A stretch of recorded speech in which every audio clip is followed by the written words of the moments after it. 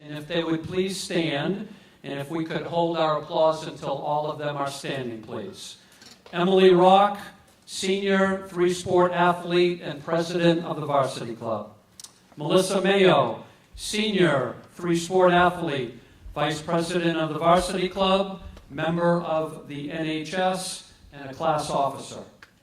Ashley Pelletier, junior three-sport athlete, member of the NHS.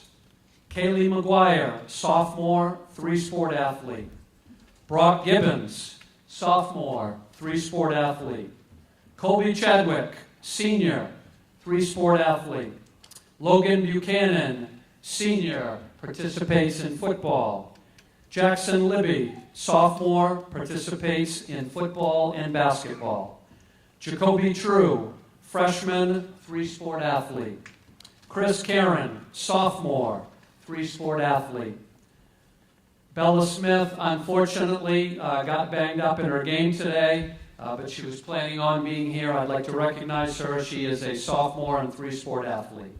Rihanna Dingley, senior, participates in field hockey and alpine. A big round of applause for our student athletes here tonight.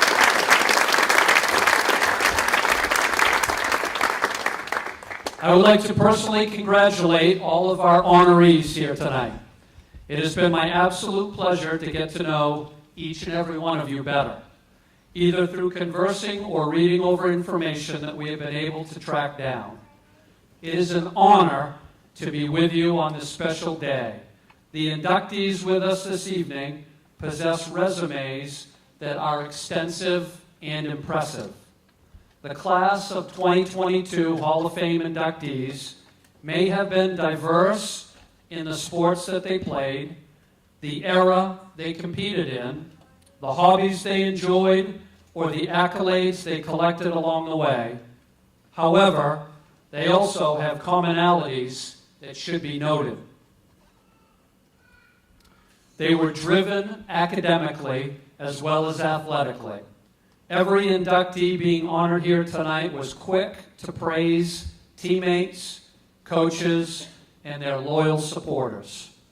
All of them brought to light the memories of grueling practices, training, locker room moments, and laughing or crying together on bus trips coming home from competitions.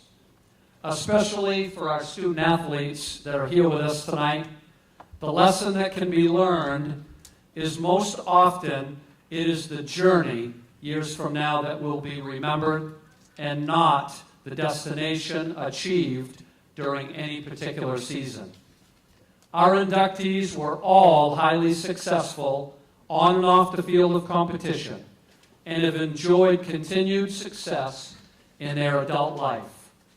Successes that oftentimes can be directly attributed to the lessons learned through their experiences in athletics. Today's inductees have an enthusiasm for educational-based athletics that they continue to share with others in the community that they now call their home. I am certain that this class of Hall of Famers understand that it takes a village to raise a child, and that there have been many individuals who have played a role in their presence here tonight.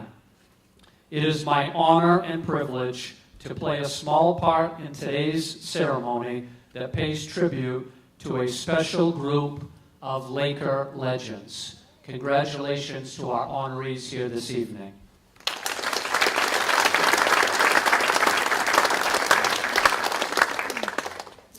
Now, the process for today's ceremony.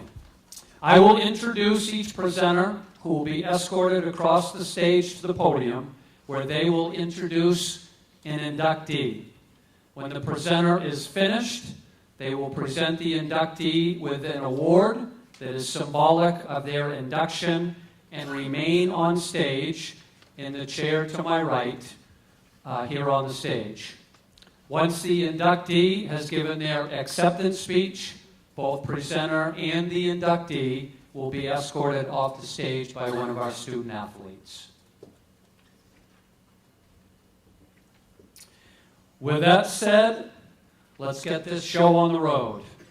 I would like to bring forward the presenter, Mr. Kevin Hancock, who is a Laker Hall of Famer, who will help in presenting Kayla Laird her induction into the Hall of Fame.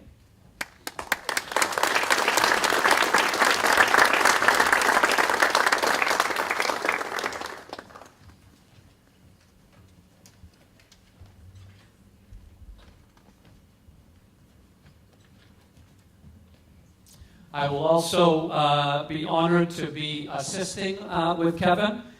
We promise to keep both of our comments brief. So Kayla Laird, or Kayla Nowell, class of 2007. To begin to paint a picture of how talented Kayla was, let's begin by stating that she earned 12 varsity letters during her time as a Laker. Kayla was a standout three-sport athlete competing in field hockey, basketball, and softball. She was an incredible athlete, fast, powerful, tremendous jumping ability, and a gun for an arm. In fact, one of Kayla's most impressive athletic performances was throwing 6 touchdown passes in a powder puff football game versus Poland. I seriously think that Kayla could have been our quarterback.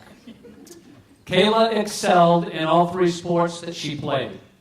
In field hockey, she was all-conference and an all-state recipient both her junior and senior seasons. In basketball, during the 3 seasons that I was blessed to be her coach, she was an integral part on teams that accumulated a 57-win and 7-loss record during her time. Kayla shared with me that one of her most fondest memories during her high school career was having the opportunity to play every basketball game in front of amazing fans in loud and fun atmospheres. During her spring seasons, Kayla played shortstop on the softball team and typically batted in the 3rd spot, where teams would insert one of their best power hitters. During her time here at Lake Region, Kayla Nowell was one of the top 3-sport athletes in our entire state of Maine. At this time, Kevin would like to talk a little bit about her career at St. Joe's. Thank you. Before I tell you quickly about Kayla's amazing college career, I just want to echo something Paul said. It is hard to overstate how athletic Kayla was. She was one of the best athletes I've ever had a chance to be around. You could pick any sport and she would be great at it in no time. Incredible athlete. But what really defines Kayla is she's an amazing person. She brightens the world with her gigantic smile, her infectious, irresistible laugh, and her gigantic bear hugs. As athletic as she is, she's an even more amazing human being. And it was just an honor to have been one of her coaches, and so thankful to have her in our family's life. Her college career was amazing. When I went through it with Kayla the other day, I was like, oh my goodness, I knew it, but when I revisited it, it was amazing. So Kayla played at St. Joe's from 2007 to 2011. We're talking field hockey here. She was recently inducted into the St. Joe's Athletic Hall of Fame. She was the captain of the team. She was a perennial all-conference player. She was an all-American player. Let me say that again. She was an all-American field hockey player, and she holds or held the school records for most goals, most assists, I love this one, Kayla, most shots on goal, and most game-winning goals. To top that off, she played for the United States national field hockey team. She was an incredible athlete and an incredible college career. To get this back to Paul quickly, though, when I think of Kayla, I think of loyalty, I think of appreciation, I think of vulnerability, someone who's willing to be open with her emotions, someone who loves team, loves family, someone who's tough, gritty and tough, and just super fun to be around. Love you, Kayla.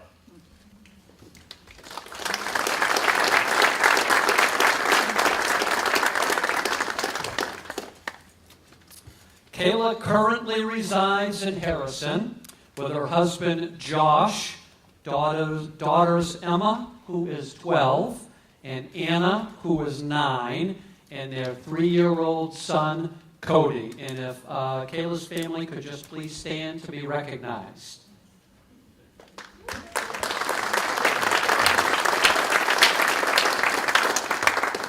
Thank Cody. If you could just give a wave to the crowd there so they can see you down. Just give a wave.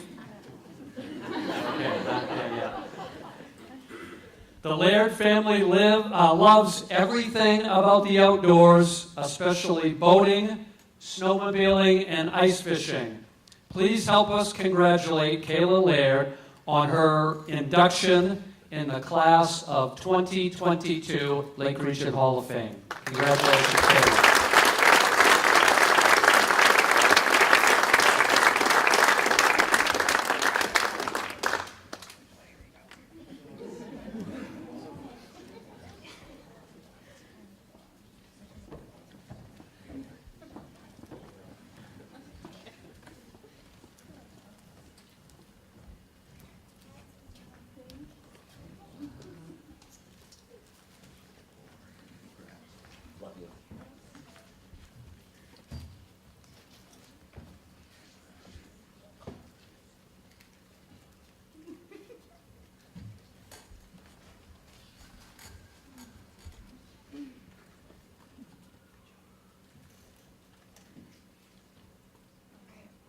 Thank you, Coach Hancock and Coach True.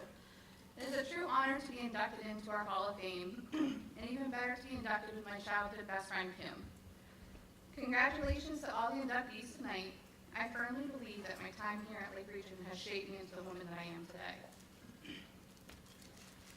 The memories and experiences are endless, from team dinners, preseason, our trips to New York, for whatever reason, hitting each other with Twizzlers in the back of the bus. I'll never forget it. The family dynamic that was created is unexplainable. On the field hockey field, we never had many fans, but we always had the best time and put on a great show. The basketball atmosphere is like none other. I remember Coach True and Banff when they started, and I wasn't an instant fan. But let's be honest, they are two of the most amazing coaches and men I've ever met. I'm pretty sure they made bets as to who I would listen to first. It never failed that right in the middle of a drill, Bampa would pull me to the side and start chatting. Sometimes it was about basketball, other times it was just some random story. But then there would be Coach True yelling at me to get back into the drill, and I didn't know what to do. Do I listen to Coach True or do I listen to Bampa? So I just stood there. 9 times out of 10, Coach True ended up yelling at both of us. I truly miss those days in Bampa. When I went to St. Joe's, I played field hockey all 4 years, and I only played 1 season of basketball. They were in between coaches, and the dynamic just wasn't the same as Lake Region. The bleachers were always full, but it didn't matter. It just wasn't the same. I decided to end my basketball career, as I wanted to hold all my Lake Region memories close to me. Truly, the fans made everything. I want to take time to thank some of my biggest supporters and mentors. Coach Hancock, I don't even know where to begin. From 7th grade basketball all the way to my senior year, you have been my rock and my mentor. Not only did you accept me, but your whole family. I cannot put into words the impact that you have made, and I thank you from the bottom of my heart. Coach True, thank you for letting me come back on the court after I swore I wasn't coming back. I didn't mean it. Thank you for letting me have some of the toughest conversations with you and giving me advice on what to do next. Some of my high school years weren't the easiest. Between my parents getting divorced, it was a very tough time. You both made that so much easier for me. Again, thank you. To my parents that were at every game and making sure I was working hard, I can't thank them enough. Truly, all my friends, all my teammates, I'm so proud again to be by Kim, to be by Tiana. I got to play with all of them. Thank you guys all so much. I'm very proud to be a Laker, and I'm very humbled tonight to accept this induction.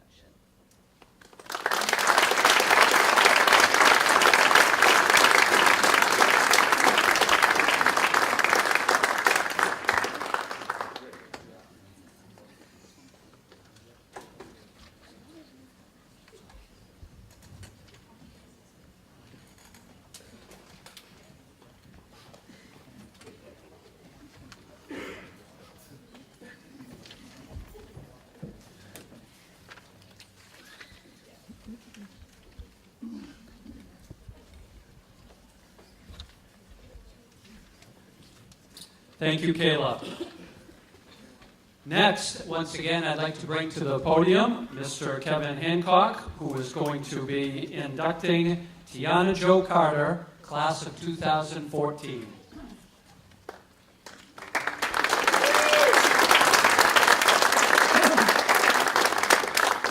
So, super quick, I have to tell you what a T-hug is. So I came quite quickly to call Tiana T. And probably for the last 10 years, every time I've seen her, I've given her a giant hug where I almost jump at her right before we're hugging, and I don't let go. And I was thinking a bit about why yesterday, and I think it never occurred to me, but I think it was because I wanted to make sure she knew how much she was loved. Every Lake Region student ought to hear Tiana Carter's story. I have never coached anyone who overcame more to go so far. I was thinking about her story yesterday, and it gave me goosebumps. It gave me pride. It gave me respect, and it made me cry. I remember I was coaching the 5th and 6th grade girls travel team and the middle school team when I heard about this kid who'd moved from Westbrook to Sebago. And pretty quickly I tracked her down, and pretty quickly I knew I wanted her on my teams, but I had no idea what an important part of my life she was gonna become. But what I really want to share with you first, before I talk about her amazing resume, and I asked her permission to share this without going into deep detail, but I coached her in 8th grade, and then we were very, very close in high school, and I watched Tiana spend those 5 or 6 years never really being totally sure where she was living, where home was, where she was sleeping, where she was eating. And for her age, she carried that weight with this incredible grace beyond her years, and would go on to compete at the highest level of women's college basketball, playing against teams like Duke, the University of North Carolina, the University of Connecticut, Florida, and more. Every Lake Region student growing up in a tough spot or thinking they're growing up in a tough spot should know Tiana's story. And I am honored to have been one of her coaches and to be her friend. So Tiana graduated from Lake Region in 2014. She played 1 year of softball, 3 years of soccer, and of course 4 years of varsity basketball.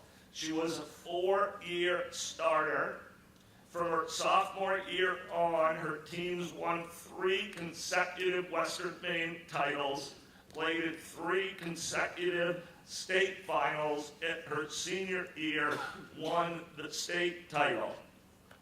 She was 2 years in a row the Mike DiRenzo Tournament Outstanding Player as a junior and a senior. She was perennial All-Conference. She was first team All-State. She was a Miss Maine finalist, and she was actually only just getting started. She went on to take a full scholarship to play at a very high level at the University of Albany in the America East Conference from 2014 to 2018, where she was a 3-year starter. Would have been a 4-year starter if she not been hurt her sophomore year. Turned that into a 6th Player of the Year award. In the formidable America East, she was on the All-Rookie team. She was on the All-Conference team. She was on the All-Defensive team. And she is the all-time leader in block shots at the University of Albany. She was the university's Female Athlete of the Year in all sports, and she was only just getting started. Let me tell you about her coaching career. She started out in 2018 as a volunteer unpaid assistant at the University of Southern Maine. Worked that into an assistant coaching job at CMCC. And then an assistant job at Bentley College, one of the most prestigious colleges in America. And now, today, an assistant coach at Princeton University, one of the most prestigious colleges in the world at the highest level of college basketball in the world. But still, it's not the resume that makes Tiana Carter amazing, but it's rather her resilience and the weight she carried with incredible grace. And I think about all the people in this community who made Tiana part of their families. I particularly think during that high school time, Tiana, of, I call her Aunt Sarah. Is she here, by the way? Oh yes, there she is. Yeah, what an amazing lady, amazing family. And this wouldn't be happening tonight without you, for sure. I'll end quickly with this. You might know I spent a lot of time on the Sioux reservations in the Dakotas, and one of their sacred ceremonies they call the making of relatives.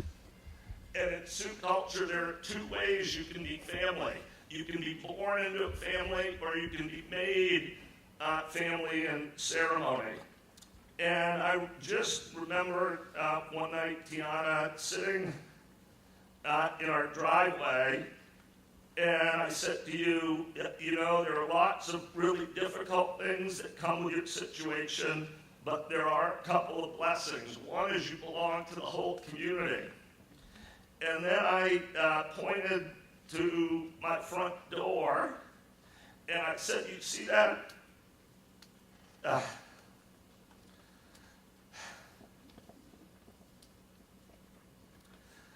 Said, you see that door? You can walk through that door any time. Inside that door, there's a table. You can eat at that table anytime. And above that table, there's a bed, and you can stay in that bed anytime. And you have just been a gift to so many people. You've been a gift to me, a gift to my family. And the amazing thing is, you're just getting started. So, Tiana Jo Carter, congratulations, and I love you.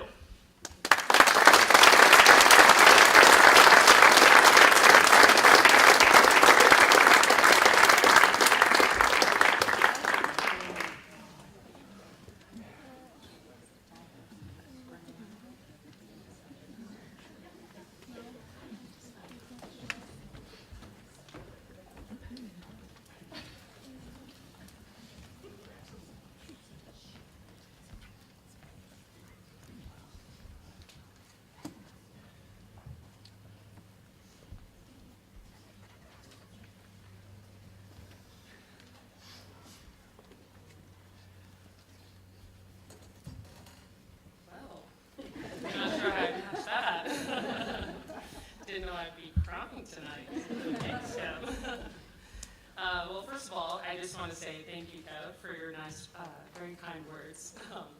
I'm so grateful to you for being here today, and even more so for all that you've done for me and for Lake Region, including basketball over the years. You've been a great friend, mentor, and coach, and I cannot tell you how much I value our relationship. So thank you so much. I started playing basketball when I was 9 years old.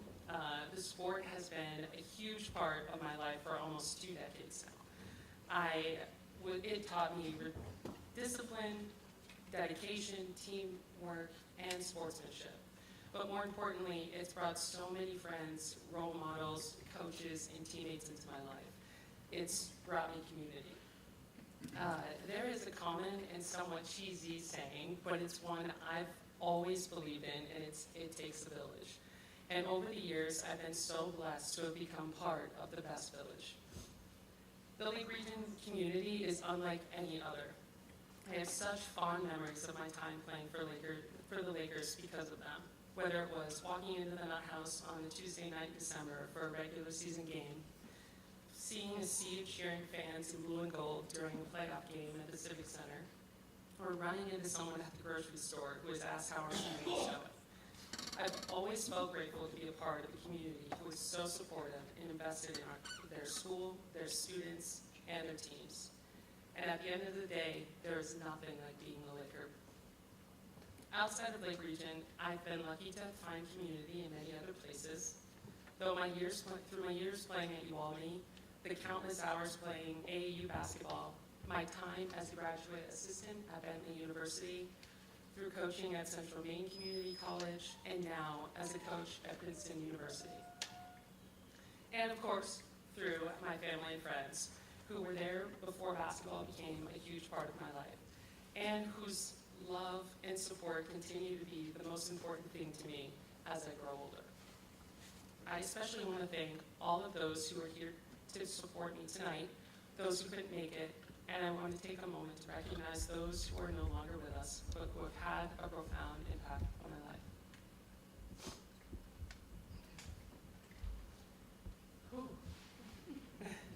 I'm honored to be here today alongside so many other great athletes and pillars of the Lake Region community. Being inducted into the Hall of Fame is truly a highlight of my basketball career and my life up to this point. And it's a moment that I do not take for granted. So I want to say thank you again to my village. I would not be here without all of your support. Thank you.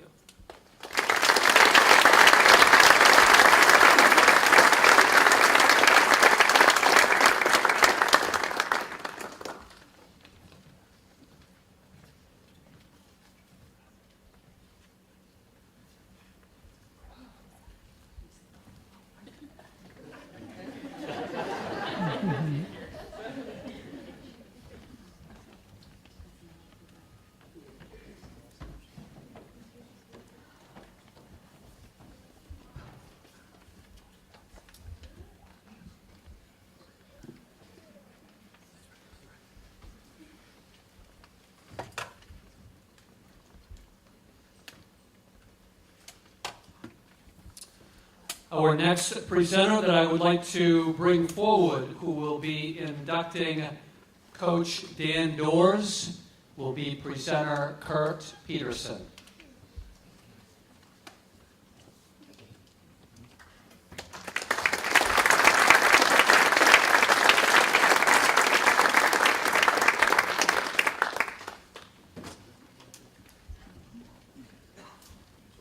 Coach Peterson, that also just brought back memories of you and Coach Doors, who were always trying to tell me what to do instead of following directions.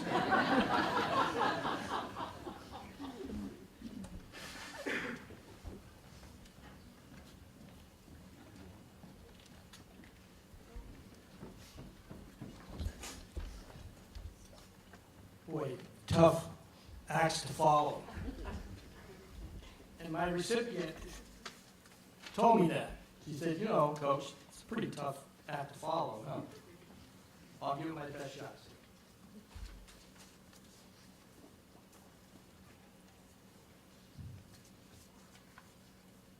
If it doesn't challenge you, it it doesn't change you.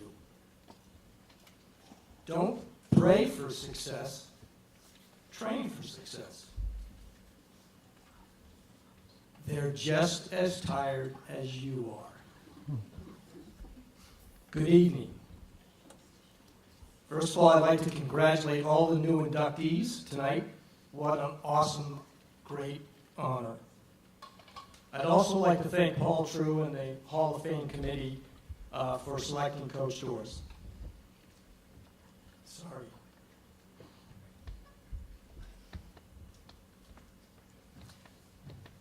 But most of all, I would like to thank Coach Doors' family for allowing me this honor. Coach Doors and I talked a lot in the stands. So one year he was talking to me, he said, my assistant coach is moving. How would you like to coach with me? And I said, sure, why not? I thought it'd be a year, maybe 2 years, as I was working to get ready for retirement. And it ended up being 10 years. That's how much fun I had because of Dan. I'd like to start by giving you a little background on Dan that we probably didn't know. Dan came from Massachusetts, and he was a physical education teacher for 30 years at East Junior High School in Mass. He coached football at Cardinal Spellman Catholic High School. He also coached at Brockton High School, where they won the first ever Division I Super Bowl. And he coached Ken McAfee, who played for Notre Dame, and also Ken McAfee played for San Francisco 49ers. He was the head cross-country coach, junior varsity basketball coach, assistant track coach at East Bridgewater High School. And then, thank goodness he came to Maine, because he certainly changed my life. When he came to Lake Region, he started coaching cross-country as a substitute at the high school and the middle school. He coached here for 22 years. I got a quote from John Wooden. Maybe you'll recognize this. A good coach can change a game. A great coach can change a life. And I think that sums up Coach Doors' legacy. So I have a little trouble seeing. That's what happens when you get a little bit older. And I see a lot of middle school students here that I had. It's kind of interesting. I wonder if they remember what I told them in 6th grade. Do you remember? Yes, time flies. So instead of me taking up the podium all night, I thought I'd reach out to athletes and people, because Dan was a people person, and just talk to them about it. So these people are going to talk to you through me. So Todd Sampson, maybe some of you recall him, he used to be the former athletic director. He states, as a rookie athletic director, Coach Doors quickly took me under his wing and showed me the importance of all sports and all kids. I will always remember Dan Doors as the ultimate people person. He was a talented coach, a great role model, and a tremendous friend. I'm not going to say this person's name. I think she'll recognize it. He was your classic family man. He loved Lake Region. He had a goal that everyone he encountered, he'd try to make laugh or smile at one of his jokes that you most likely already heard from him. He cared about everybody he knew. Kevin Foster was one of his runners. He magnetized,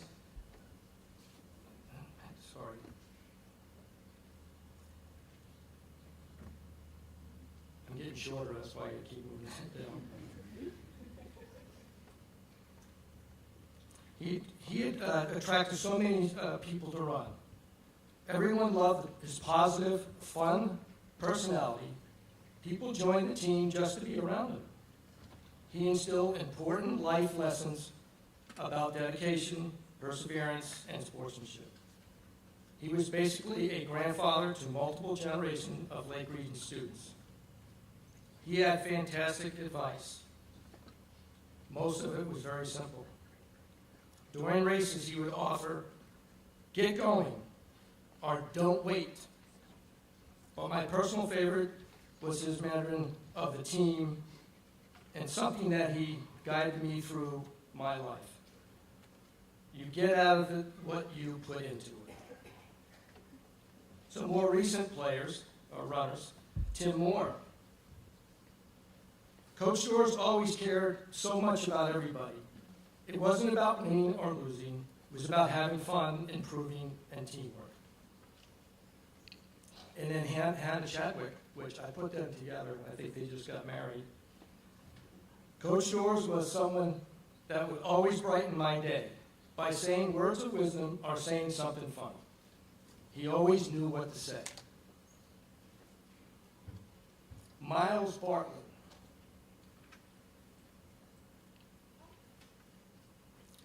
I think what I always remember about Dan was his kindness and genuine caring for everyone around him.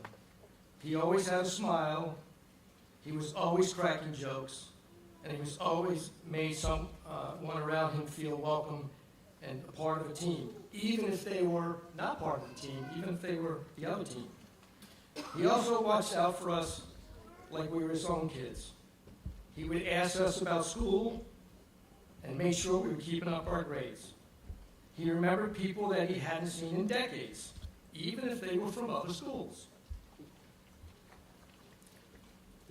I'm very happy that his memory will be honored in the Lake Region Hall of Fame, and hope he can continue to be a role model for all of us. Coach True, Paul True. When I got this from Coach True, it was very eerie because it was almost exactly what I would have said. Coach Stores was a special person. He was a genuine Laker through and through. Yes, he was a great coach who always had a plan. Yes, he was a motivator. Yes, he pushed his athletes to be the best that they could be. And yes, he was passionate about cross country. But what I will always remember about Coach Stores is he was at everything. And I agree, he was at everything. He came to all the games. And he was always cheering people on. If a Laker was competing, he would be there cheering for them. At the high school or the middle school, it didn't matter. Students knew where he was. So today solidifies Coach Stores' legacy as he enters our Hall of Fame. And for me, I could tell you a lot of stories that'd be up here for hours. And you'd be laughing. You wouldn't even be bored. But for me, he just became my best friend. So before I introduce the recipient on Coach Stores' behalf, he made such an impact here that at the beginning of the year, they have a race named after him, Dan Doer's Invitational. And by the way, this year the boys and girls both won it, which is the first time ever. They also made an impact. They named a trail after him. The year after he passed away, my wife and I coached cross country, and the team, 2019, petitioned the board to name the trail between the high school and middle school to name it the Doors Trail, which passed. Now it connects the high school to the middle school and couldn't be any more perfect. And last, they named an award after him. So at the end of the year, a cross-country runner is named for the Dan Doer Spirit Award to keep his spirit alive. And I know we have two of them here tonight. I'd like the Blaze family please to stand up, the three Blaze girls. and they're missing their brother, Luke, who ran for us. So they ran for Coach Storrs and I for 4 years, all of them, and that's a lot of athletes in one family. Thank you guys, you're awesome.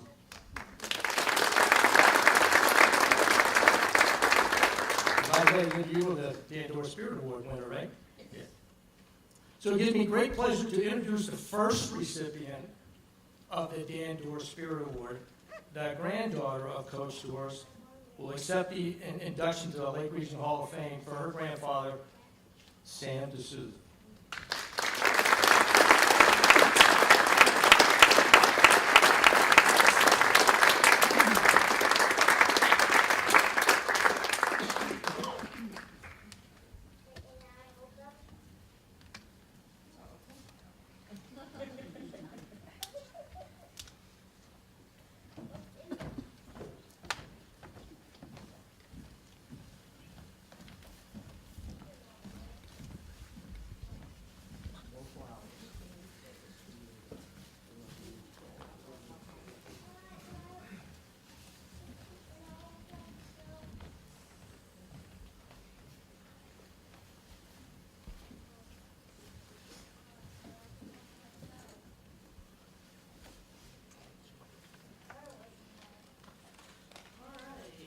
Don't worry, I'm not going to talk as long as my grandfather would tonight. I want to say thank you to Kurt for that. If you didn't know, I am Coach Storrs' granddaughter, and I know like many others tonight, I wish he was able to be here to accept it for himself, but I know he is very happy that I'm to do it for him. My grandfather impacted the lives of all of his athletes, and he left them with advice and memories that they will carry with them throughout their lives. And it wasn't just his own athletes on the cross-country team that he impacted, it was others as well. For field hockey games, you would find him leaning up against the Linda B. Whitney Rock. For football and soccer games, if it wasn't too cold, he would be sitting up by the concession stand. Softball games, he'd be sitting behind home plate.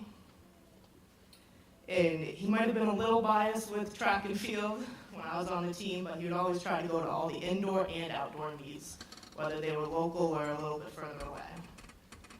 Or you could just find him on the gator somewhere, riding around the fields.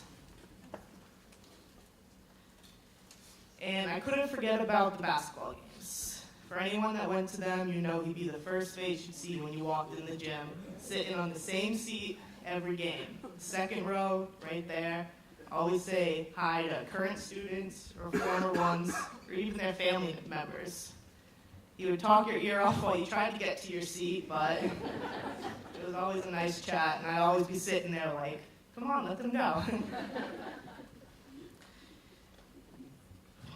And I know that many people that are coming up in the Lake Region programs now might not have memories of them, but from their older siblings or parents, they are able to still know about who Coach Storrs was, which is an amazing thing, because I think everybody should get the opportunity to meet who he was.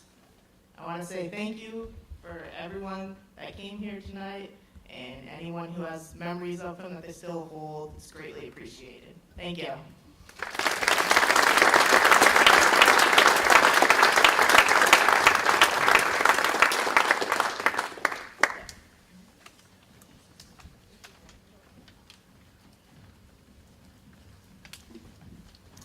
Thank you, Sam. Coach Peterson. So while Samantha's leaving the stage, I just thought of one very short story with Coach Storrs. Coach Storrs, on a daily basis, whenever I'd have games spread out through lower field, upper field, middle school, he'd always be on my gator. Driving around, so I'd have to walk, half a mile, mile and a half, carrying balls, and he'd ride by and wave. And for more than a dozen years, and this is a true story, Kurt can attest, but every day he came, he told me that he had a coffee for me, but he didn't know where it went. So still looking for that coffee. And then my last story, up on, as the runners would call it, Puke Hill, Coach Doors manipulated me into driving the gator with him in the passenger seat to go and explore the hill because he was working on a new course. So up the hill we went, up over a decent-sized tree we went, and there sat the gator with a good-sized tree in between the wheels, and we were completely stuck. We were at least a mile and a half off campus. He never moved from the passenger side seat while I jostled the gator back and forth, put it in neutral, was trying to pick it up. I even think he had me under the back tire once when he could step on the gas to try to get it out. But anyway, those are just a few of the memories of Coach Doors. Okay, next I am pleased to bring forward presenter Eric Hall, who will be inducting Kate Hall Harnden, class of 2015.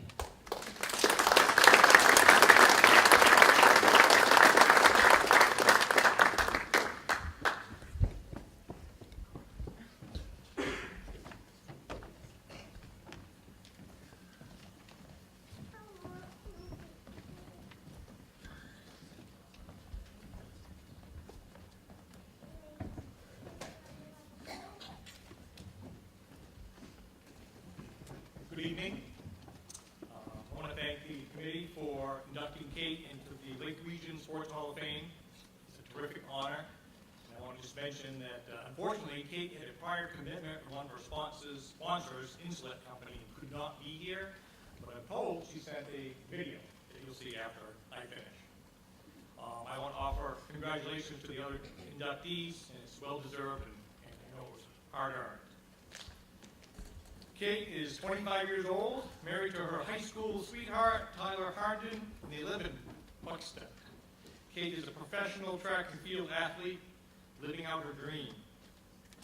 She was currently sponsored by ASICS and the Insulet Corporation. Some of her accomplishments include 26-time high school state champion, 8-time New England champion, 2-time high school national champion, national record holder in the long jump, jumping 22 feet 5 inches. I heard recently that one of our other recipients, they tried to match that at the Casco gym and didn't go so well. Kate did jump 22 feet 5 inches, and no high school athlete in the United States ever jumped as far as Kate. 2-time NCAA long jump champion, 2019 U.S. Indoor Long Jump Champion, also finishing second in 60-meter dash in that U.S. Championship. She won the Adidas Boston Boost while sponsored by Hancock Lumbar. And she finished fifth at the 2022 U.S. Track and Field Championships back in July. Words to describe Kate: driven, dedicated, focused, hardworking. During the summer of 2012, after her freshman year of high school, Kate and I were watching the Olympic trials on television. Kate declared that she wanted to be at the next trials in 2016. Keep in mind, and I researched this, that in 2012, when she made this proclamation, she was ranked 778 in the United States. She had a lot of work to do. In 2016, 4 years later, Kate Hall qualified for the finals at the Olympic trials at the age of 19. Mission accomplished. Humble, quietly confident, no drama, at least when she got older. Throughout her career, particularly in high school, many people, including her competitors, would comment on how nice, friendly, and down-to-earth she was. No showboating, no bragging. She had goals to accomplish. After winning, she always shook hands with her competitors and accepted congratulations with a smile and a thank you. Overcomer, resilient, which I think was used to describe Tiana, and determined.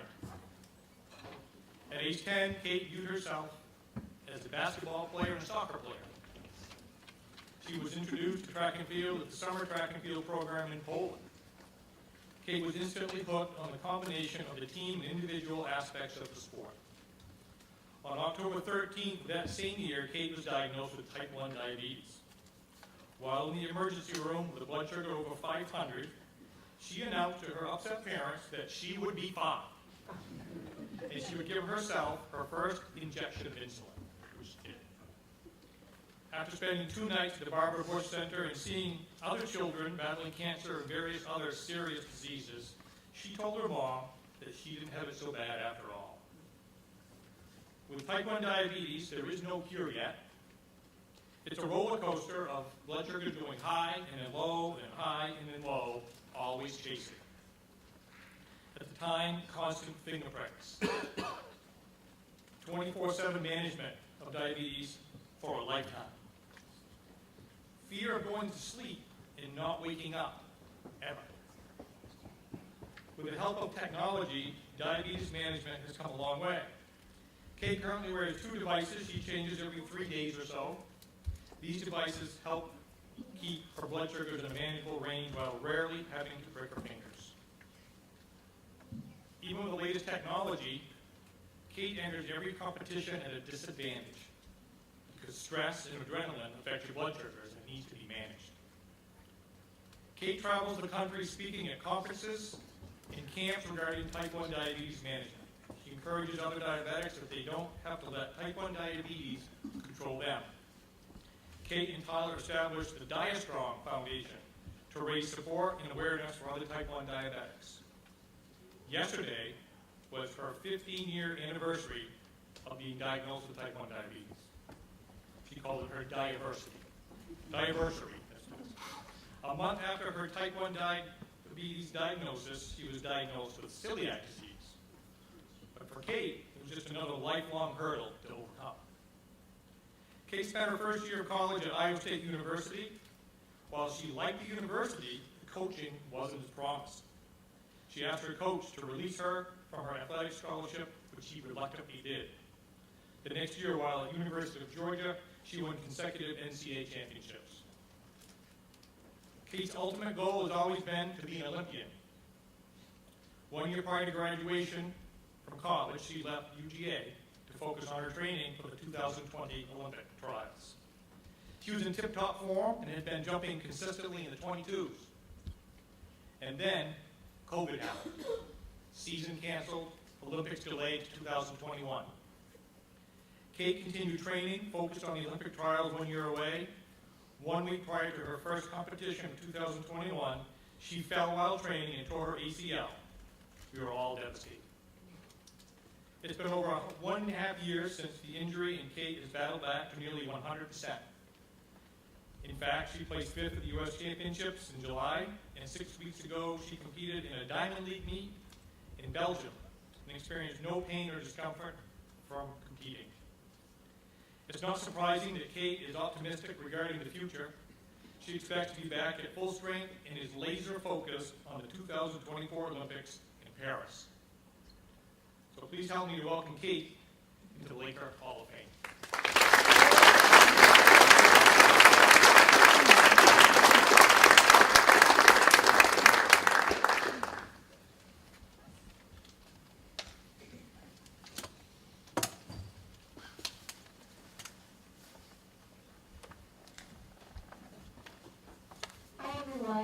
First, I want to say congrats to all the other inductees. What an incredible accomplishment for us all to be inducted into the Hall of Fame.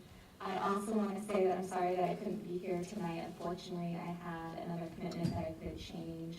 But I'm still excited to be involved in some form, even if it is just virtually. But I just want to start with that it's such an honor to be inducted into the Hall of Fame with so many incredible athletes.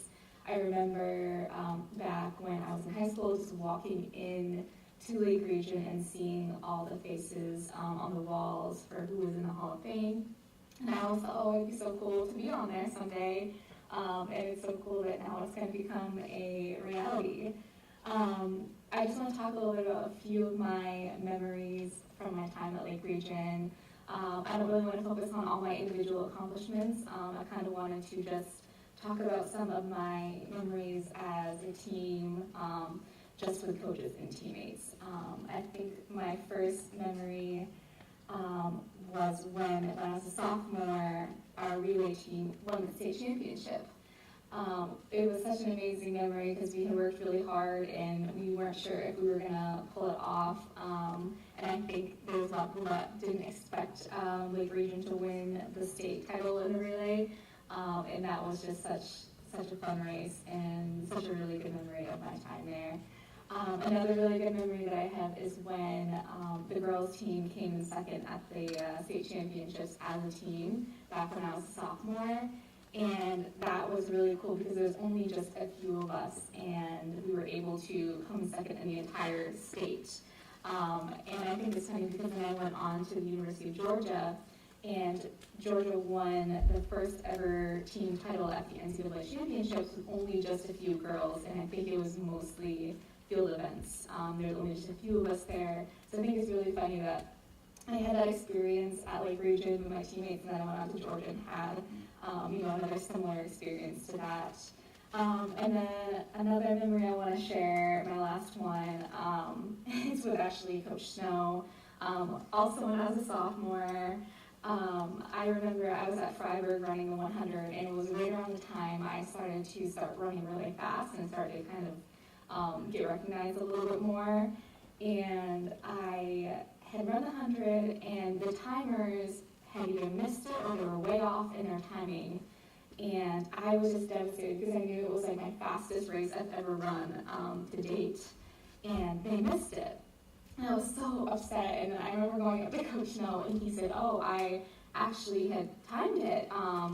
And I think we're going to be able to count it." And it was, I remember, 11.9 seconds. And I think that was like one of my first times under 12 seconds. And it was the fastest I've ever run. And I remember just like being so incredibly like thankful and excited that he was able to get it and it was going to count and I wasn't going to miss out just because they messed up on timing. Those are just a few of the memories I have, just being at Lake Region and being on a team. I want to thank you again for this incredible honor, and a huge thank you to my family, coaches, friends, and supporters who were there cheering me on every single step of the way. It is so appreciated, more than you know.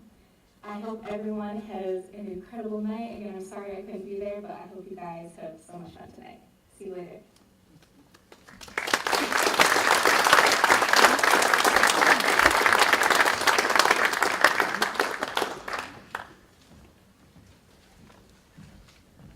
Thank you again, Eric. I know there's a lot of hoop fans in the auditorium tonight, and I remember having this conversation with some of the girls on our team about how far Kate jumps.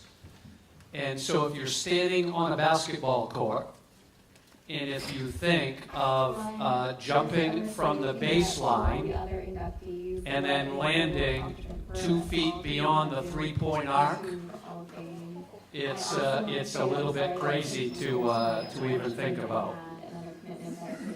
I think one day by myself I did it in 3 jumps, but At this time, I would like to bring forward another Lake Region Hall of Famer who is going to present Jeff Weeks, his induction. Jeff is class of 1983. Presenting on his behalf will be Coach Ken Whitney.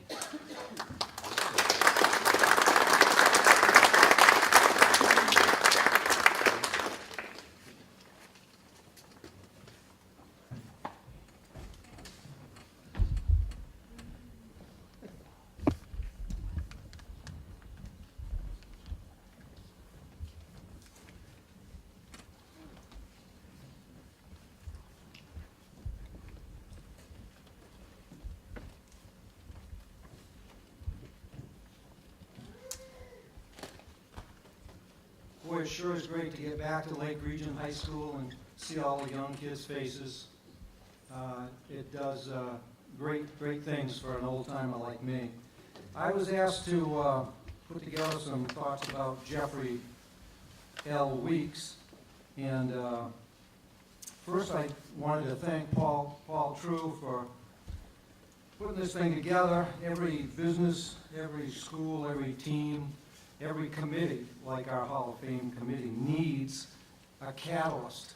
And Paul True, you are the catalyst that has brought the Lake Region Hall of Fame to lofty levels. Jeff Weeks and his wonderful family landed at Birchton Academy into my world in the fall of 1970.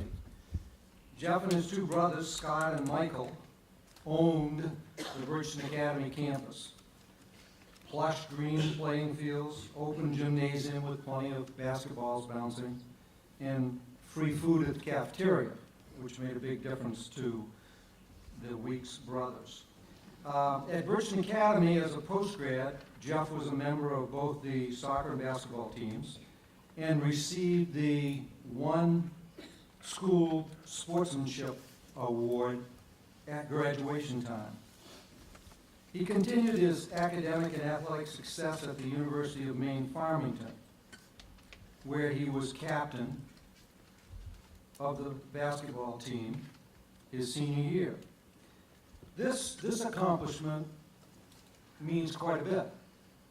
You stop and think about the 5th, 6th grade program with Coach Hamady and Mr. Howe and the rest of the crew urging those youngsters on.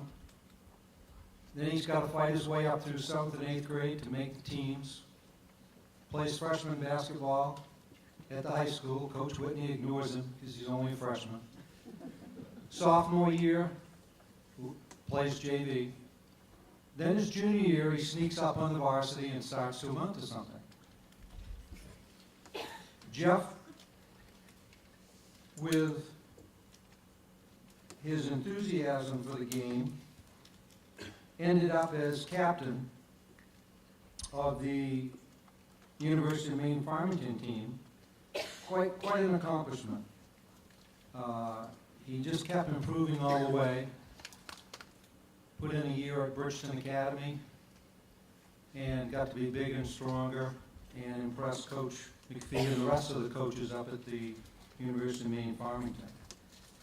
So this places Jeff, in my mind, with 5 other Lake Region basketball players who captained their college teams during their senior year. At Lake Region High School, Jeff was a critical member of our 1982-83 undefeated regular season team. I remember several highlights and outstanding performances of many of Jeff's teammates, but one of his classic Jeff Weeks style. We're at Cape Elizabeth. We have more fans than they do. That was the way it happened back in those days. We're in a hostile environment. We're 2 points, 3 points, 4 points maybe ahead of Cape. They're just climbing after us.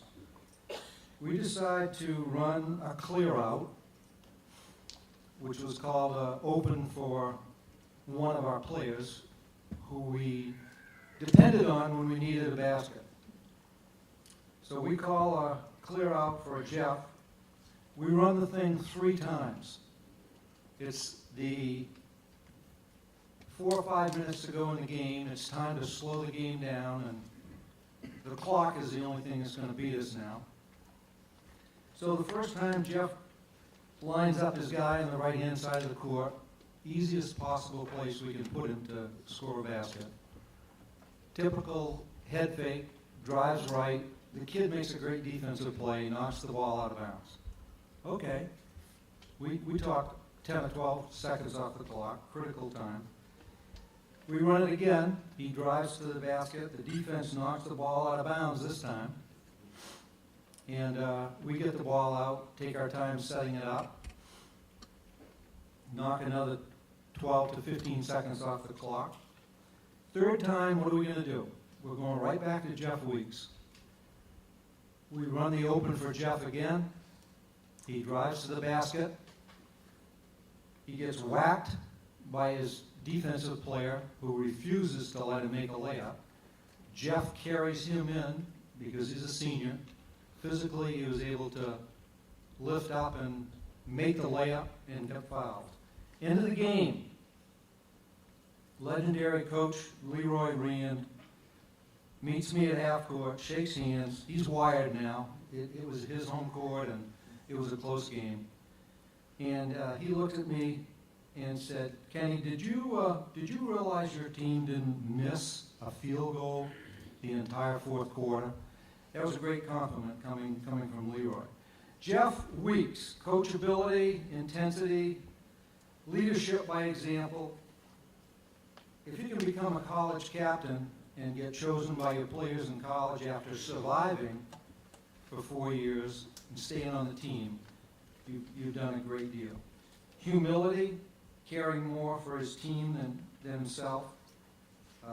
On time, on task, never late. Never had to worry about Jeff. He was a throwback from when humility and unselfishness was a big part of the game. And I quote Jeff when asked, "What was your most pleasant memory at Lake Region High School?" Well, mine would have been I scored a gazillion points, I got a ton of rebounds or something like that. It was a big game when we won the state championship. Not Jeff. Jeff says, "My most pleasant memory at Lake Region, 4 years, was having teammates who always worked hard and left it all on the court." So Jeff, your Lake Region teammates will be very proud of you now. Folks, I give you our most recent Lake Region Hall of Fame member, Jeff Weeks.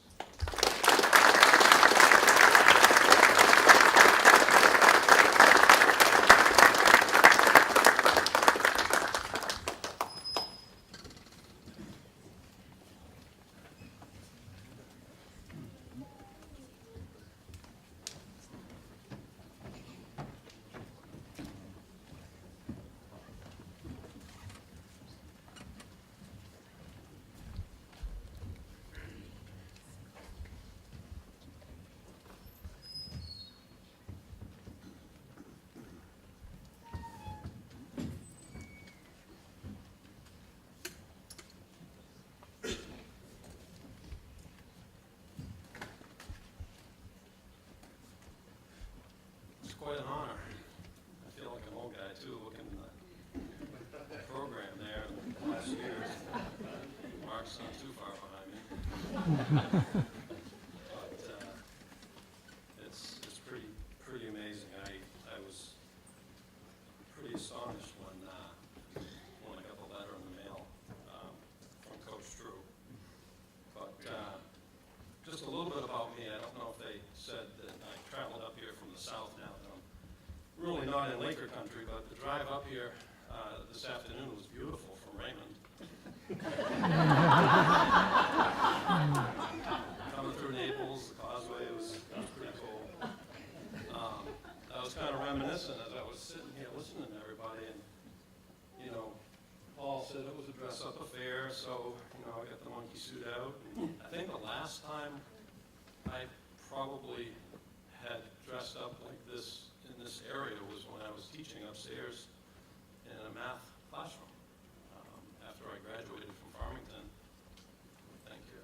Yeah, after I graduated from Farmington, I did a student teaching stint here, and then we had a teacher that got ill, and I took over for him for the second half of the year, and ended up being the freshman basketball coach and helping Coach Whitney out with the basketball program there. So so it's been a while since I've been inside the building. Actually, I take that back. I've been inside the building. I think I came a couple of times to watch T playing a few games because I heard some things that were pretty nice about that basketball team that year. So that was pretty neat. Coach mentioned that I grew up in the Bridgeton Academy neighborhood, and my mom and dad working there, and Coach Whitney was there at the time, and it was a pretty neat experience.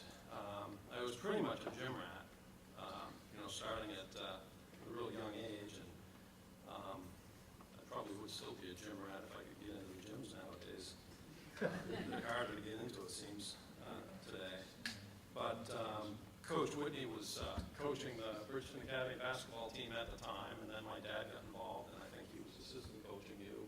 And so they together were coaching the team for a number of years there, so I traveled to games and, got dragged around. And it was a really nice environment to be part of. I can remember some of the memories thinking back to the times when I was younger and sitting at the supper table, and my dad coming in from work, and we sit down and he'd start talking to my mom, telling stories about maybe it was a student that was having some struggles and he was trying to help out this particular student, or maybe it was a conversation about trying to get the basketball players on the same page. But he always somehow managed to get a story in there that was, I can't remember, for example, a specific story, but he always got a story in there that was meant for me to be heard, and a life lesson, really. And it was constant, and I do remember this as I grew up, and I think when I got to the high school level here and started playing under Coach Whitney, it was like, I didn't get away from my dad. Now I've got another dad telling me to make sure that after practice we put our winter hats on. It's cold out there. We don't want to catch cold, and whatever it may be. But it was a great experience because the people in my life that that I was kind of brought up with, and it might have been, it might not have been just the two of them, but rec coaches. Coach Hamby was in the rec program up in Bridgeton when I was a little guy, and I can remember working for Chuck. I think it was my actual first job when I was able to work there when I was 14 or 15 at the shirt shop up in Bridgeton. And great experience, great life lessons by Chuck. So it's the people around us that we tend to learn from that, you just can't get that anywhere else. In a small community like this, it's just a wonderful thing. I was fortunate enough to, after getting done with Lake Region, to take the extra year of Bridgeton. With mom and dad working there, I got a pretty good deal on tuition.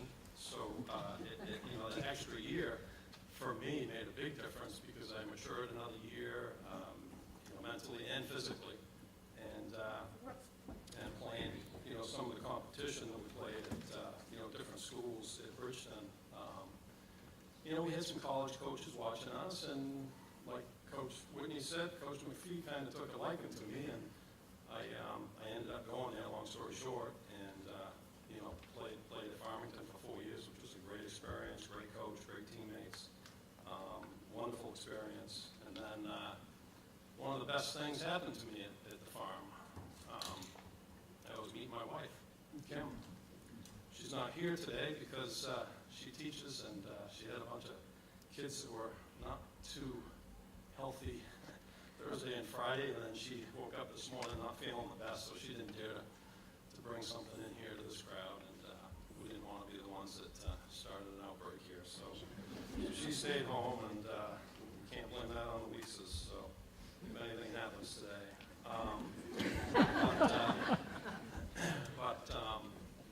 My two wonderful daughters, my oldest wasn't able to come, she had to work today. My youngest and her husband and my granddaughter showed up. The granddaughter's in and out of the back of the auditorium there, but I can see her up there. And just need to have the family here. Some of the other things that I just wanted to kind of point out is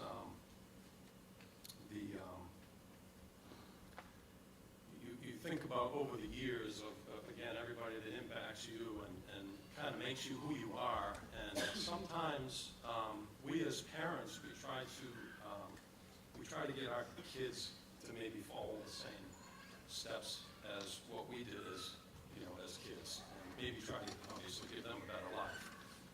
And I was never pressured into having to play basketball, having to play soccer, having to play track and field.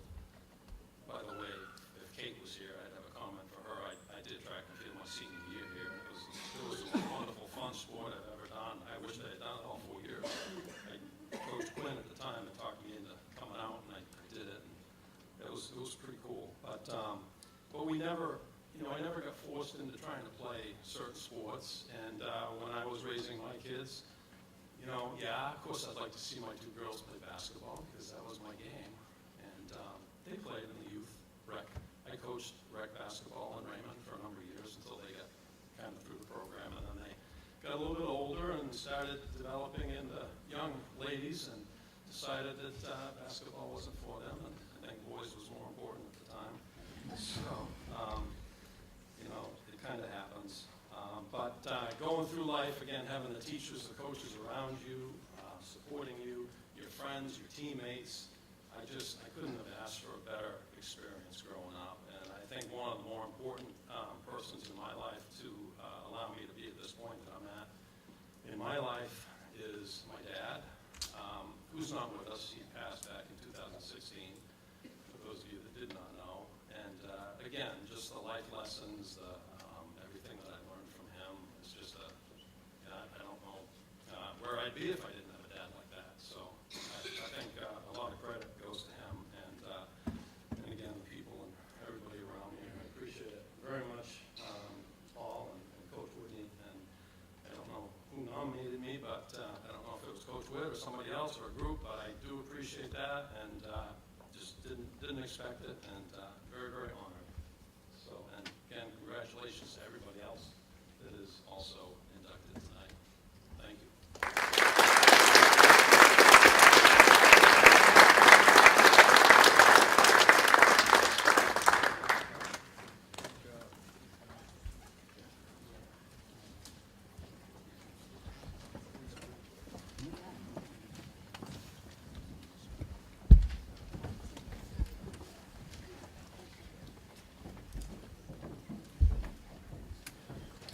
Thank you, Jeff. At this time, I would like to bring forward our next presenter, who will be inducting Coach Mark Snow in class of 1985, presenting on his behalf. Also, Laker Hall of Famer Kevin Foster.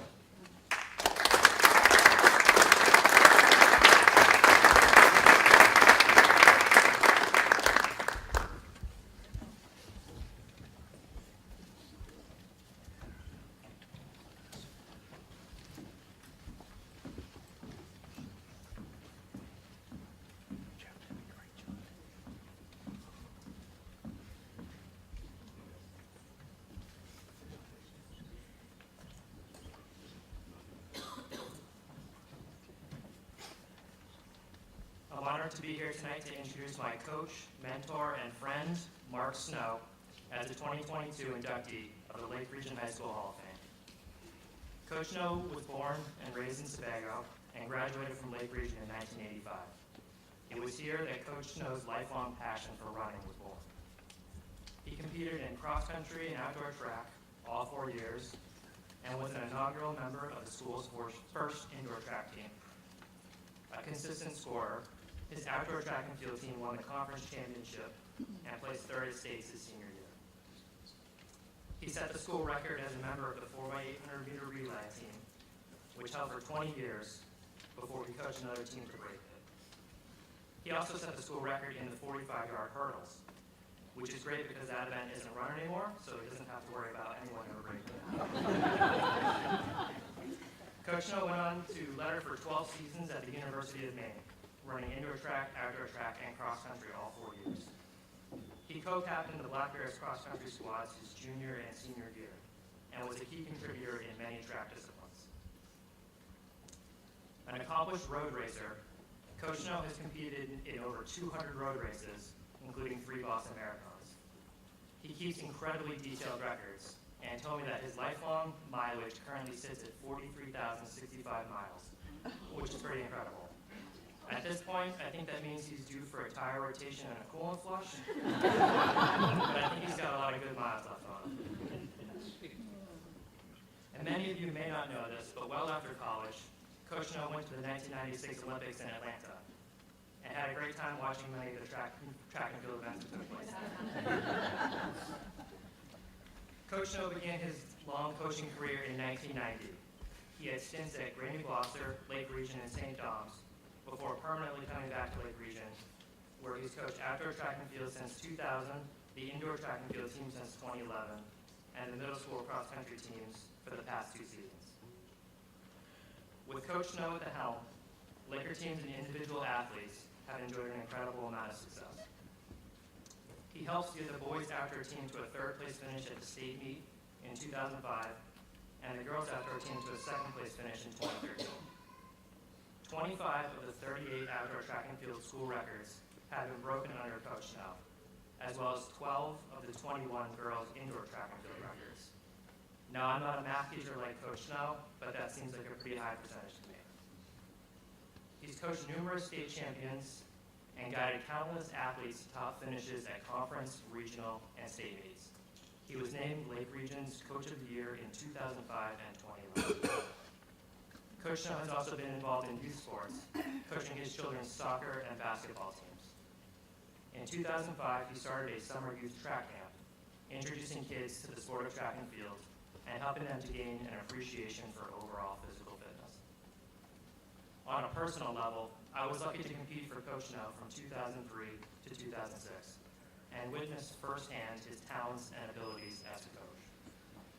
He helped me and others to gain an appreciation for the ins and outs of the sport and taught us how to train, think, and compete like true athletes.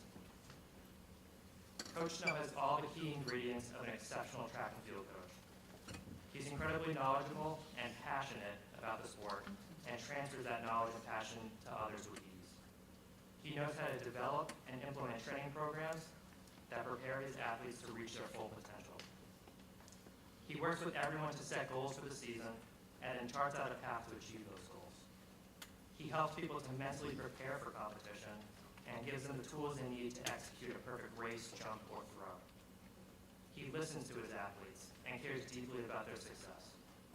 He fosters a true team environment where each individual athlete supports each other and is invested in the success of their teammates. And he has a natural ability to help people discover drive and a competitive spirit within themselves. Being a math teacher, Coach Snow is very detail-oriented, analytical, and thorough, which translates into his coaching style. He diligently records every Laker split times during races and individually recaps a race afterwards with the athlete. He compiles detailed meet summaries and sends out email blasts, often well into the night after an all-day meet, highlighting the team's notable performances and personal records. And he masterfully plans out each week's meet entries in a way that balances the needs of the team with the individual goals of each athlete. None of this would be possible without Coach Snow's absolute passion for the sport. And perhaps most importantly, he always keeps things fun.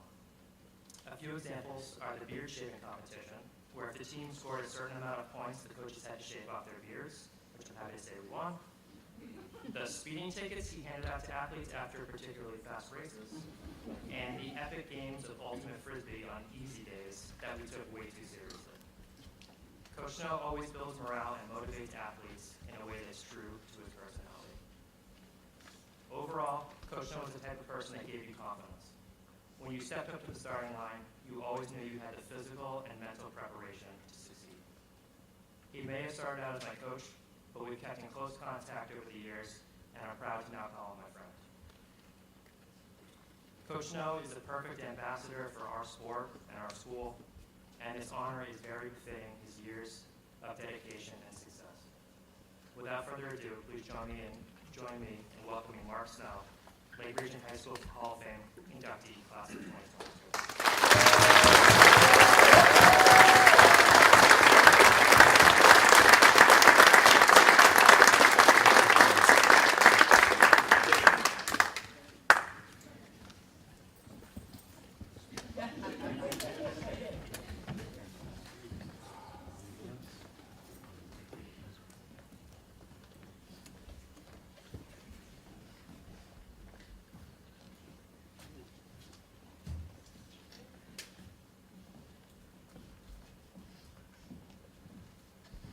Thank you, Kevin.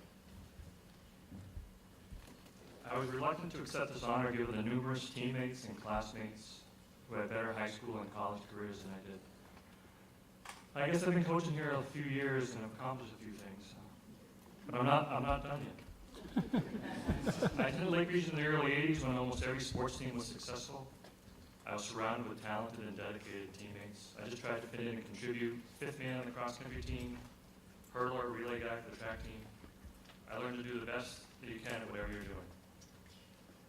It was fun to be on those teams. We had a great connection to Jim Quinn, our track coach. He was the coolest guy in school, or we thought.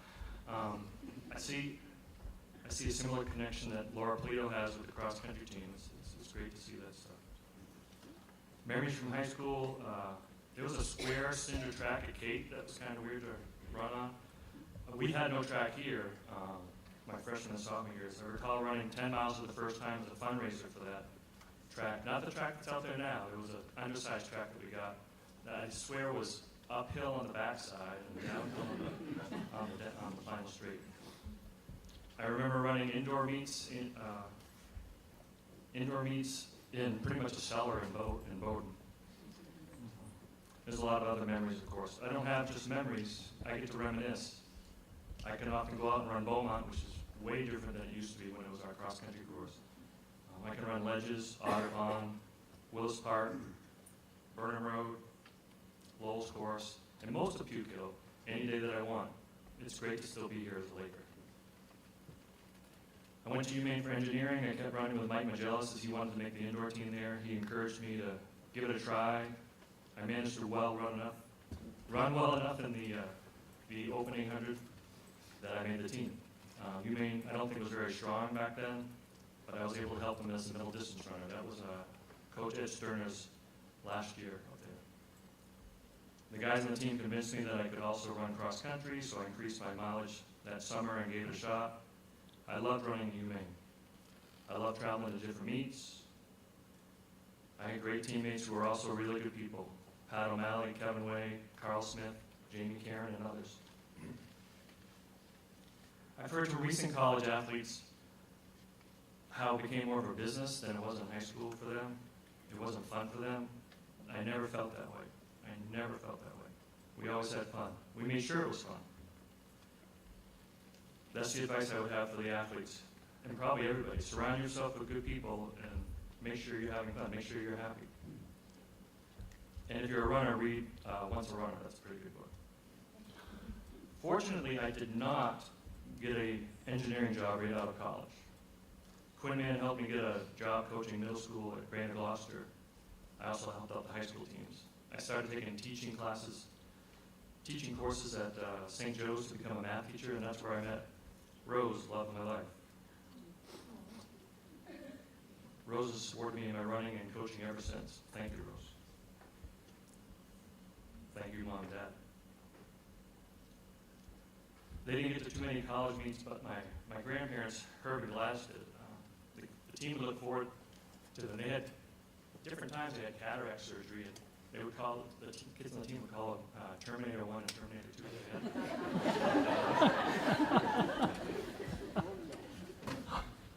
It was fun. I learned a lot about coaching those early years in Gray, working with Lowell Fancher and Dick Forbes. I learned the importance of the ride home and debriefing after a meet. Everything's so fresh in your mind. There's so many events going on at a track meet at the same time, you don't really get to know what's happening. So usually the chats would start, hey, did you know that Kevin missed the starting line or something? But something like that. There's so many things going on. That's very important, the debrief. Thank you for those chats. Deb Jebrin, Christina Stone, Johanna Mackin, Sasha Cantro, Scott Rush Donahue, Chip Morton, and most recently, Heather Blake and Dana Caron. Oh, I should say congratulations, Dana, because most people I've coached with only last about 1, 2, or 6 years at the most, and this will be year 15. I remember when Kate was an 8th grader in our gym one day practicing starts, and Dana's like, who's that? That's somebody that's going to make us pretty popular over the next few years. And in her first meet, she won 3 events, set 2 school records, and set a conference record. And yeah, for the next few years, there were people that we'd never heard of before, media that are coming up and asking us about Kate. We had a good run with at least one New England qualifier every year since Kate graduated, so we're pretty proud of that. I've had great discussions on the roads and trails since college as well. Thank you, Kevin McDonald, Dennis McIver, Roger Foster, Mike and Mark Magellas, Justin Russo, Dave Shelter. I'm very fortunate that running found me. Do you remember the presidential fitness test? Some of us. One day I ran really well with a 600-yard run, and some kids in the class said, you should try cross country. So the next year I ran cross country for Jim Schoonover, and that's where I met future legend Evers Reed. I was like, wow, this Evers kid really knows a lot of stuff about running. And later in high school, when he was on the high school team, Coach Dowd, he'd go over the practice plan and then he'd run it by Evers. How's that sound? Evers might change this or the other thing, and Dowd would be fine with it. I didn't really think about it at the time, but I do that a lot now. I think it's really important to give the athletes a little choice so they have some ownership in what they're doing. Strava, Mile Split, FlowTrack, RunnerSpace, DieStat, Sub5. The internet has softened us coaches. I can remember scouring the newspapers, trying to find results of other teams, and then you realize Mountain Valley and Lincoln Academy are in your regions, then you got to go buy a different paper because of the results. And GPS watches. I would go for a run, and it would be a new course out on the roads or something, so I'd get in my car after running, and then I would drive it to find out how far it was. Now this gives me stats nonstop the whole time. But I do like stats. Coaching track and field is easier than other sports. There's no complaints about playing time. In fact, everybody is trying to get a shorter, faster playing time. I enjoy planning out the championship meets and how the team can maximize their points. I embrace the struggle of making the perfect practice plan, although I do get frustrated when it's not followed. Which reminds me, a long time ago, I learned a coach will care about all the little things in a practice or in a game more than 80% of the kids on your team. They're there to have fun. The sooner you realize that, it'll help you stay sane. But when the team dwindles down to just those state or New England qualifiers, you have your captive audience. Those were great practices, meets, and talks. From my early years with Miles Bartlett and Kevin, to more recent times with Sam, Catherine, Leah, and now Abigail. It's good stuff. And having fun. Most of our kids need that.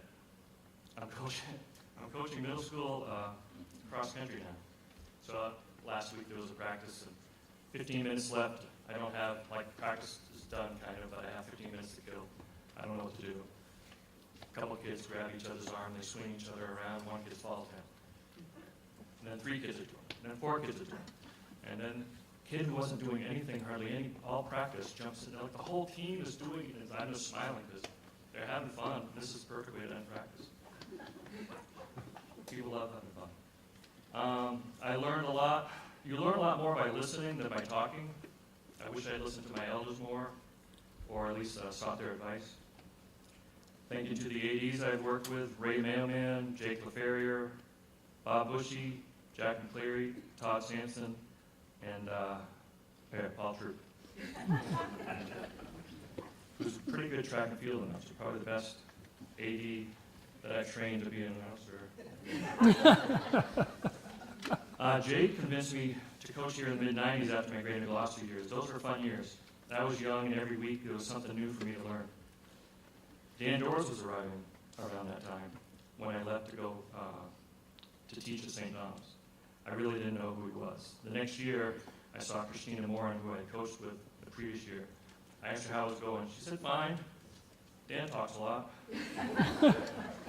I came back here to teach and coach in 2000. Dan was great to be around, although I do admit I tried to avoid him at times. Then I would hear, Mark! Hey, Mark! Yes, Dan. And then I got to coach with him when Sam was on the team. I know Dan loved those kids. They loved him too. We all do.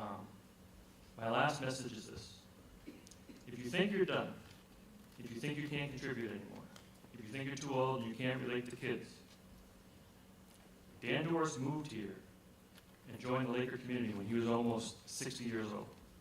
He started fresh at 60 and positively impacted thousands of kids, parents, and our entire Laker community. We were blessed to know him. I think about Dan and how he made us feel almost every day. Thank you, Dan. Thank you, everyone.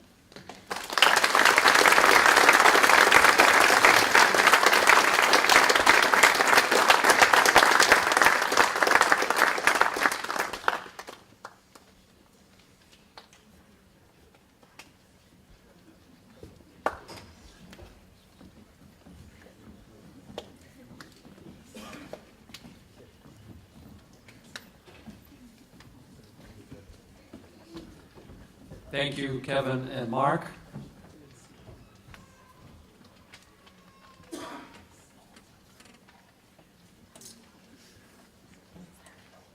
At this time, I think, not sure I had him go last for a reason, but I know he's probably been sweating the whole time. But what an honor to think that you can enshrine your daughter into a Laker Hall of Fame, which is pretty exciting. So at this time, inducting Kimberly Chase Rivet into the Lake Region Hall of Fame. Kimberly is the class of 2007, will be her dad, Wayne Rivet.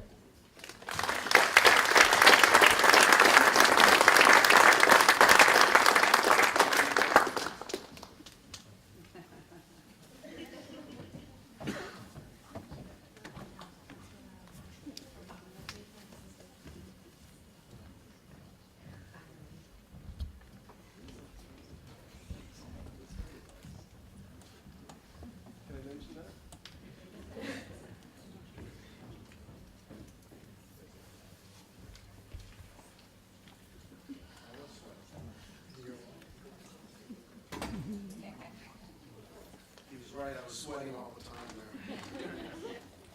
Actually, Emily, if you don't mind, I'm going to actually mention what you just told me. Is that okay? So Emily, I didn't get a chance really to coach as a varsity softball coach here because I decided to retire, but I got to know her really well. I think it was when she was like in 5th or 6th grade. She came to one of our softball preseason tournament games. And she would stand at the fence and kept telling me, Coach, why are they doing this? Why are they doing that? And I said, oh boy, this one is really going to be something special when she got here. And she has been. She knows the game, and she certainly let me know it, and also now her coach, her dad, Sean Rock, he gets to hear it every day, I'm sure. But thanks, Em.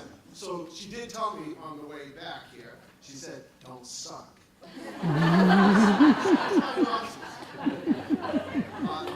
I want to congratulate all the inductees here tonight.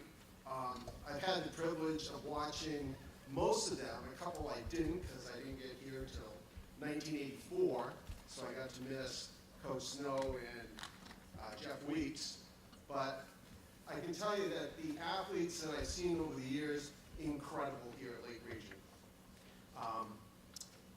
As a member of the committee, it's very difficult at times to go through some of the applications because there have been so many fantastic athletes and accomplishments here. So the committee's job is very difficult, trust me. Just a quick couple things about Kim. She was an all-conference player in soccer, basketball, and softball. She went on to play 2 years at the University of Southern Maine, where she and her former Lake Region teammate, Renee Nicholas, were named to the all-defensive squad for their conference. And there were only 5 people on that squad. So for a player who didn't start, to be recognized by coaches within the conference as a defensive star-type player was really quite the honor. So something that I know she was very proud of. A question that's often posed to me over the years, both as a reporter and as a coach, was, what separates a good athlete from a great athlete? Some people would point to size and strength. Some might say speed and overall skill. Some might say dedication, determination. While others would probably argue coachability and commitment. might be the key for them to reach their true athletic ability. Our inductees here tonight certainly checked all these boxes. And some of them probably even exceeded what even their coaches probably ever expected. Many possess incredible stat lines and honors and other accolades. This is how we often measure success in sports. However, if we kind of take a real close look at things at times, what are some of the real important qualities? Love of the game, an unwillingness to let adversity or obstacles stand in one's way to succeed. Ultimately, too, from what I've seen, some of these athletes, huge heart. When the times are really tough and their skill hasn't gotten them over the finish line, it's that heart, that passion inside is what really makes them that great athlete. A lot of the folks tonight have talked about certain experiences during their high school careers here. But as a dad, I took a different approach. I kind of look back at some of the moments that will always, I kind of end up really looking at it and define Kim as the athlete that she became here. The first one was when she was probably a fourth grader. She was on a Bridgeton travel basketball team. And she would be the one sitting on the end of the bench because she was a fourth grader. She was playing with fifth and sixth graders. So to occupy her time, like a lot of little kids, Kim would take her seat at the end of the bench. She'd have her little bag or a little box of makeup. It would flip up. She'd be working on her face, doing whatever. And then all of a sudden, Coach Gluck would say, Kim, get in the game. All the stuff would go into the box. She'd shove it in there, go into the game. Little lipstick here, little makeup there. But she just loved being a kid and then loved playing the game. And sometimes it was just hard to separate it for her. But that was really kind of like the start of things. The other part of it with Kim was that she was, she was short. She was like under 5 feet. But the thing she had going for her, she was so quick. She was so tenacious. She ended up being that kind of player that was such a pest that the opponent couldn't stand her being near him. It would be always pushing her away. And she carried that trait all the way to high school, where Coach True was able to have probably the most ferocious threesome that I've ever seen play basketball between Kim, ZZ Layton, and Renee Nicholas. Teams that had a hard time getting the ball over half court because of their tenacity, their speed, and they just really just had this all-out effort all the time. Kim was also a fighter, but in a good way. When she jammed her finger playing in a game, we took her to the hospital. The doctor said, sorry, Kim, you broke your finger. You're done for the season. Kid started to cry all the way home.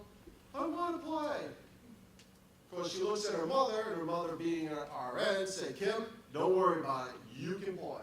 So she ended up having her fingers taped for every game, and it was just a matter of could you withstand the pain if you got it jammed again.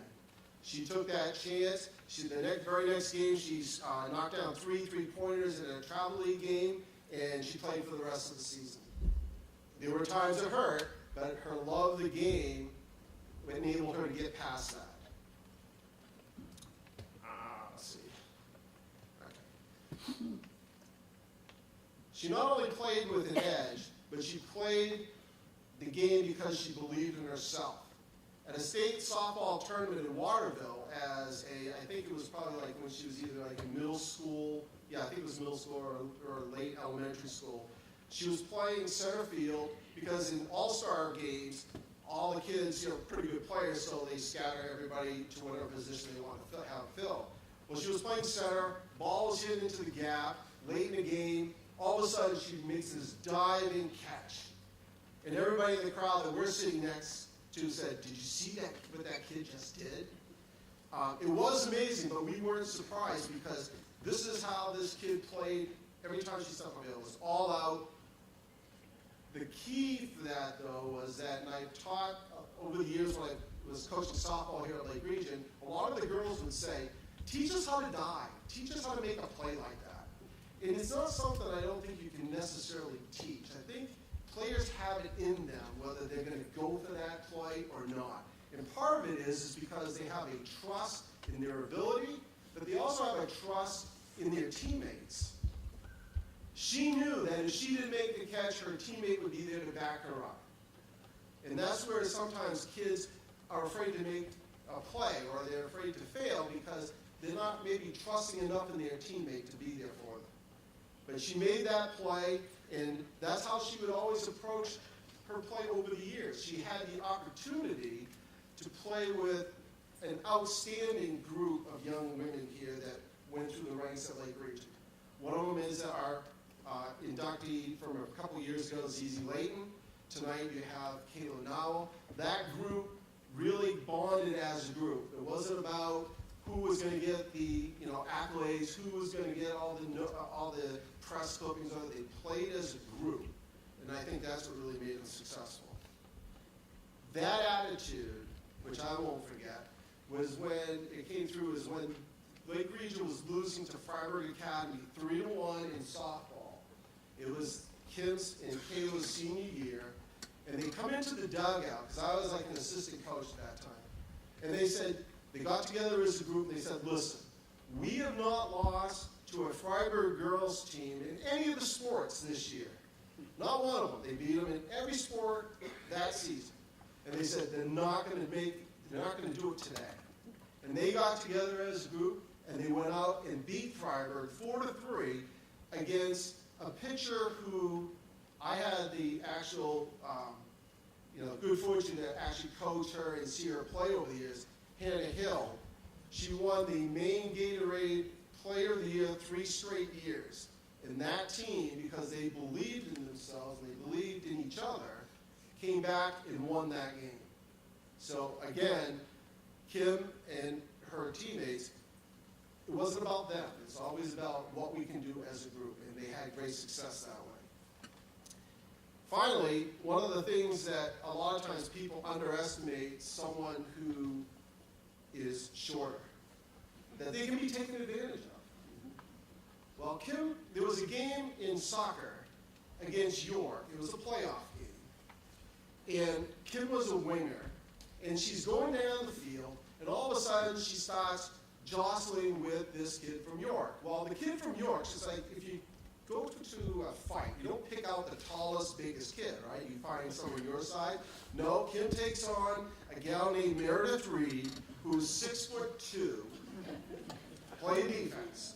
And they start jostling on the sideline for the ball. It got to a point where they started grabbing jerseys. And then there was some shoves, and they both all of a sudden go out of bounds. The ref blows a whistle, separates them, gives Meredith Reed the yellow card, looks at Kim, just smiles, and walks away. Funny story, though, is that a couple years later, when Kim joined the University of Southern Maine basketball team, who do you suppose is one of her new teammates? Meredith Reed. Meredith goes, I remember you. And Kim goes, yeah, I got a great picture I can show you, because it was a picture I happened to capture on the sidelines. Kim grabbing her jersey, pulling her over. But that was the kind of kid she was. She wasn't afraid of taking on whatever challenge was ahead of her. The best part, though, for me as a father and also as a reporter, was that I had the opportunity to see Kim, all her childhood friends, work their way up through the ranks, and then have success on their biggest stage at the time was here at the high school. The years that they were here, the win-loss records, as Coach True mentioned, particularly in basketball, was unbelievable. Again, it's a tribute to them as players. It's also a tribute to the coaches that they had here, and also the community, because for some of you that may not have seen them play in their years, that gym, you had to come an hour before game time to get in at times. And it was so loud, and they didn't disappoint. They played a kind of game that people could just really get excited about. So tonight I'm very excited to welcome Kim into the Hall of Fame. A special player that was fierce, tenacious, but most of all, she loved playing with the kids that she grew up with. And this doesn't happen very often. And it was funny because I was mentioning to Zizi earlier. Kim told me that she could have easily taken a 5th year to stay here at Lake Region if she could have, because she absolutely loved the experience. And Zizi said, yeah, I would have done that in a minute as well. And that just goes to show you how special this school was to them. So congratulations, Kim. Congratulations to all our inductees tonight. We're very excited to see your pictures on the wall. Very, very much deserved. Thank you.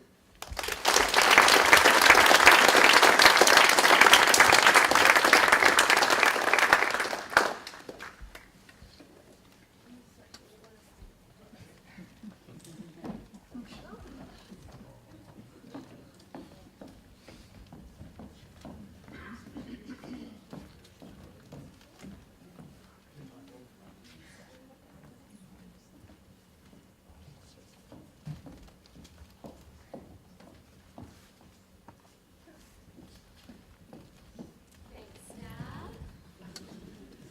I actually wanted to start by saying I so thought that I could beat Kate Hall's jumping record. And I think I did by jumping, rolling, and then getting to the end. With the end result of a torn meniscus. Good evening, everyone. I'd like to start by saying how honored I am to be standing up here tonight next to some of the greatest athletes in the history of Lake Region sports. I started my love for sports at a young age. One of my biggest competitors from elementary school and best friend was also being awarded tonight, Kayla Laird, formerly known as Kayla now. We were both rec super athletes. We competed in every sport, every season. Whatever she could do, I could do better. And whatever I could do, she could do better. We gave each other the value of being competitive. And in the end, when she chose field hockey, I chose soccer. Competition drives people to work harder, to be the best version of yourself. If you want to be the best, you have to go above and beyond and do the things that other people aren't willing to do. Finding a competitive edge through sports helped me become a better athlete, student, and today a better mom, wife, daughter, friend, and nurse. Back during rec leagues, we had championship games. We were rewarded for that #1 spot. If and when we failed, we were taught to work harder, practice more, be a team, and fight to become that trophy championship winner. There wasn't participation trophies given back then. I remember losing against Naples in a rec basketball championship and not earn a trophy. I was mad. My stomach clenched and I could have cried, and if most of you know me, I actually really cried a lot. In high school, when Lake Region girls won our first championship, cut down those nets, it was one of the best feelings. Fast forward to our state championship game with our first loss, all those feelings came rushing back. After that loss, do you know what I did? I lifted weights, went for 9+ mile runs, took bikes with my friend Z and teammate Z around Long Lake and back to Bridgeton, shot 100 shots before coming in for dinner, went to all team camps, dinners, outings, practices, played summer ball, because that feeling of losing drove me crazy. I wanted to be a better player, and I wanted to win that gold ball.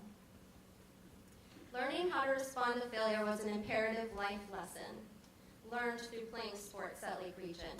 If you haven't read the book, Failing Forward, I highly suggest it. One of my coaches, Kevin Hancock, gifted it to me on graduation day. Here's a quote by John Maxwell. "The difference between average people and achieving people is their perception of and response to failure." I am thankful for the support and coaching that helped develop me into the student athlete I had become. The first coach I had for travel basketball took his time teaching fundamentals, which gave me the tools I needed to become a better player. Roger Wheeler was one of the best coaches I could have had in the early development of my skills. Learning the basic fundamentals is important, and I carry that with me to this day when I coach my own children's teams. I was extremely fortunate to have coaches who invested their own personal time in coaching me, my teammates over the years.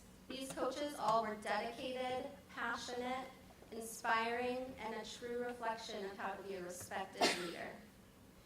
There are far too many to list tonight with my time restraints. My middle school coaches in basketball that eventually became the assistant coaches in my high school career. Coach K, who literally never missed a jump shot and could light up the court with his smile and his laugh. Coach Hancock, who brought a high level of coaching to a group of crazy 8th grade girls, seeing our potential, developing our skills, and preparing us for the next level. Coach Webb, with her nutrition and exercise programs that I never woke up the next day able to go up and down the stairs without having pain. She really got us into shape. Bampa, for always letting me know my foul shot was no good. And he made me practice my form with one hand over and over and over and over again. Coach Hall for being the light and airy presence on hard days. And lastly, Coach True. Coach True first met me, or should I say observed me, in a scrimmage before he became head coach at Lake Region. He instantly knew he had his hands full. To say this lightly, I was an emotional player. I cried, huffed, puffed with foul calls or calls that didn't go my way. He gave me a backbone. He supported me, encouraged me, not only to be a better player, but most importantly, he made me a better person off the court. There was this time I wasn't being a nice person in school, and this one time he found out about it. As he was wrapping my ankle, getting ready for practice, he looked at me straight in the eye with that look, and told me, "Smarten up, be kind, or you will not be stepping foot on my basketball floor." It's these moments that make us better.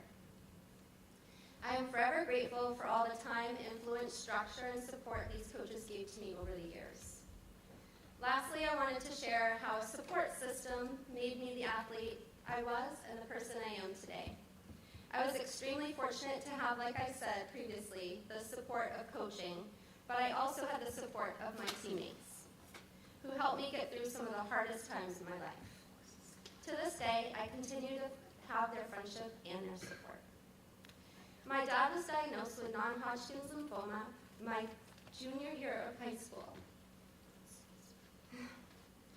This is a form of cancer that required chemotherapy.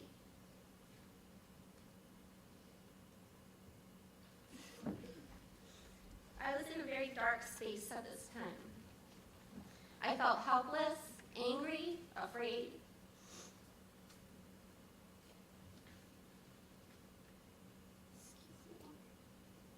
One of my teammates, Sam Allen, made me a burnt CD of all Bruce Springsteen songs. Like, I never listened to Bruce Springsteen, but she made a CD with a lot of good Bruce Springsteen songs. And under each song, she explained why she chose that song. And I listened to that CD every single day. My teammates helped take some of the everyday pain away and were there for me on and off the court.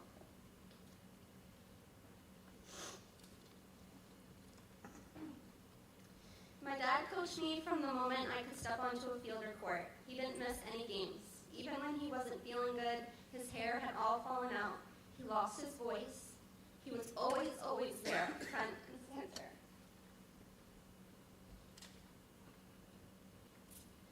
My mom, sister, brother, grandparents, aunts, uncles, and millions of crazy little cousins were at most of all my games.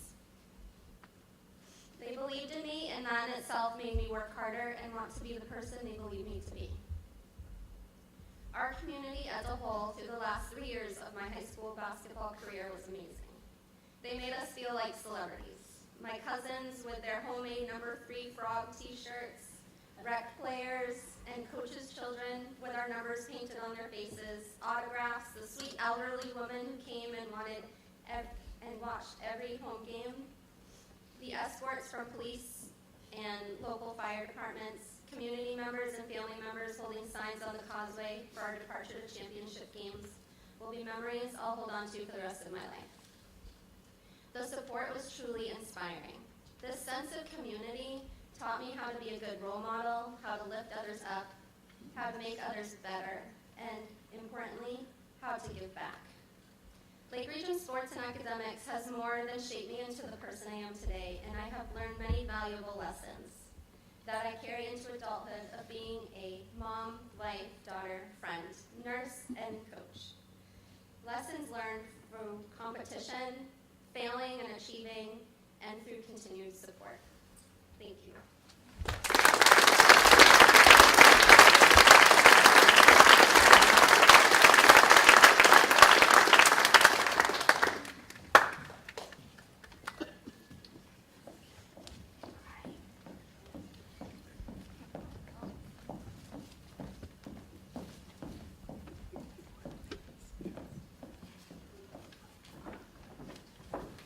Thank you, Wayne and Kim.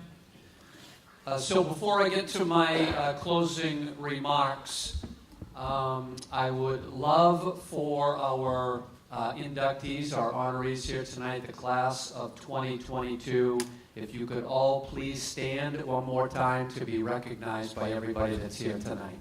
Please stand.